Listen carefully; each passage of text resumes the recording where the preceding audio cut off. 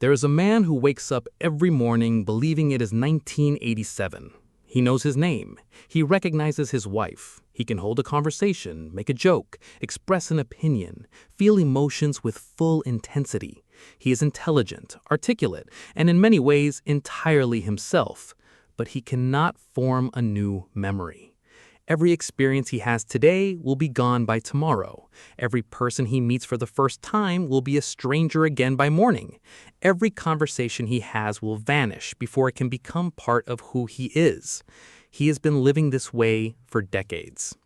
His name is Clive Wearing. He was one of the most accomplished musicologists in Britain, a conductor, a scholar, a man whose professional life was built around the precise retention and organization of complex musical knowledge.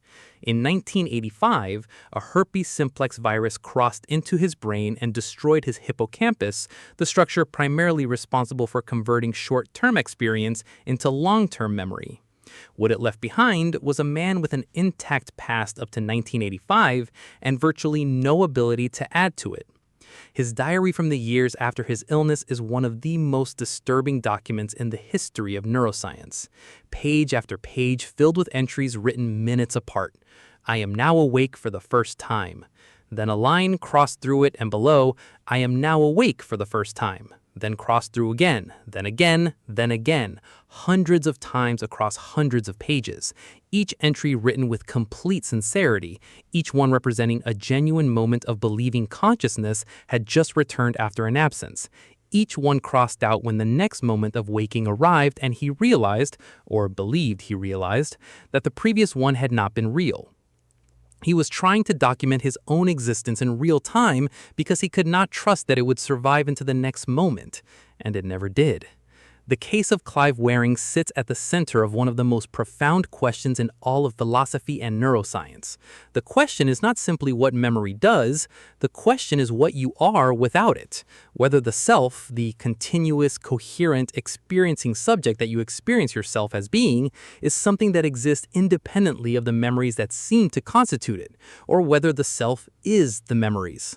Whether without the thread of remembered experience connecting this moment to all the moments before it, there is still a you in any meaningful sense, or just a series of disconnected present moments that feel like a person from the inside but have no continuity between them. The philosopher Derek Parfit spent much of his career on this question and arrived at an answer that is difficult to accept and harder to dismiss. He argued that personal identity over time is not what we think it is, that there is no deep metaphysical fact about whether the person who wakes up tomorrow is the same person who went to sleep tonight. There is only psychological continuity, the overlapping chains of memory, intention, belief, and personality that connect one moment of experience to the next. When those chains are intact, we call it the same person. When they are broken, we call it a different person. But the distinction is one of degree, not of kind.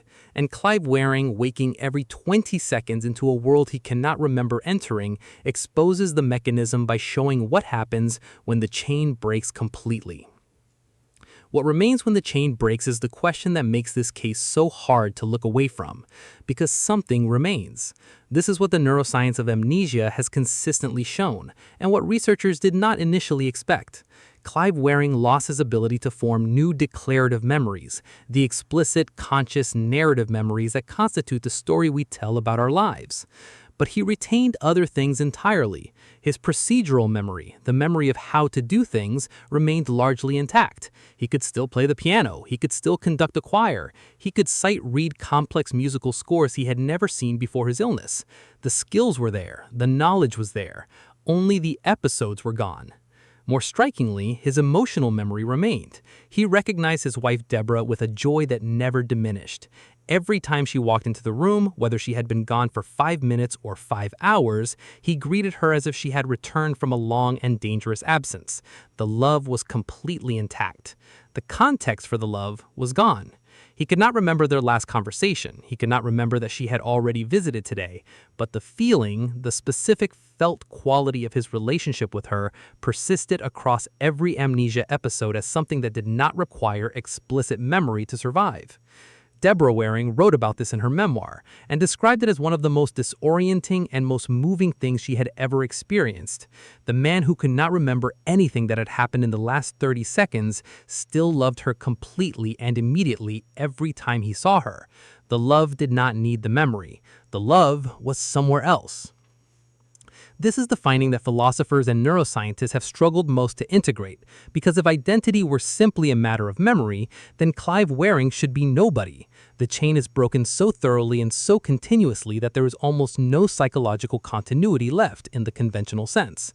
And yet there is clearly someone there, someone with preferences and humor and love and fear and aesthetic responses, and a particular way of being in the world that has persisted through 30 years of amnesia episodes. Someone who is recognizably Clive Wearing to everyone who knew him before and after. Where is that person living if not in his memories? Neuroscientist Antonio Damasio has spent decades arguing for an answer that runs against the dominant assumption in both philosophy and neuroscience. He argues that the self is not primarily a narrative construction. It is not the story you tell about your experiences.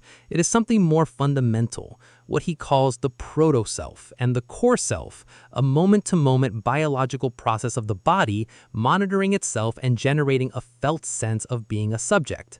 The narrative self, the autobiographical story that most of us identify with when we think about who we are, is built on top of this more basic layer. But the basic layer does not require the narrative. It does not require memory. It simply requires a living body generating a continuous experience of being itself. Clive Wearing has that. He has it fully.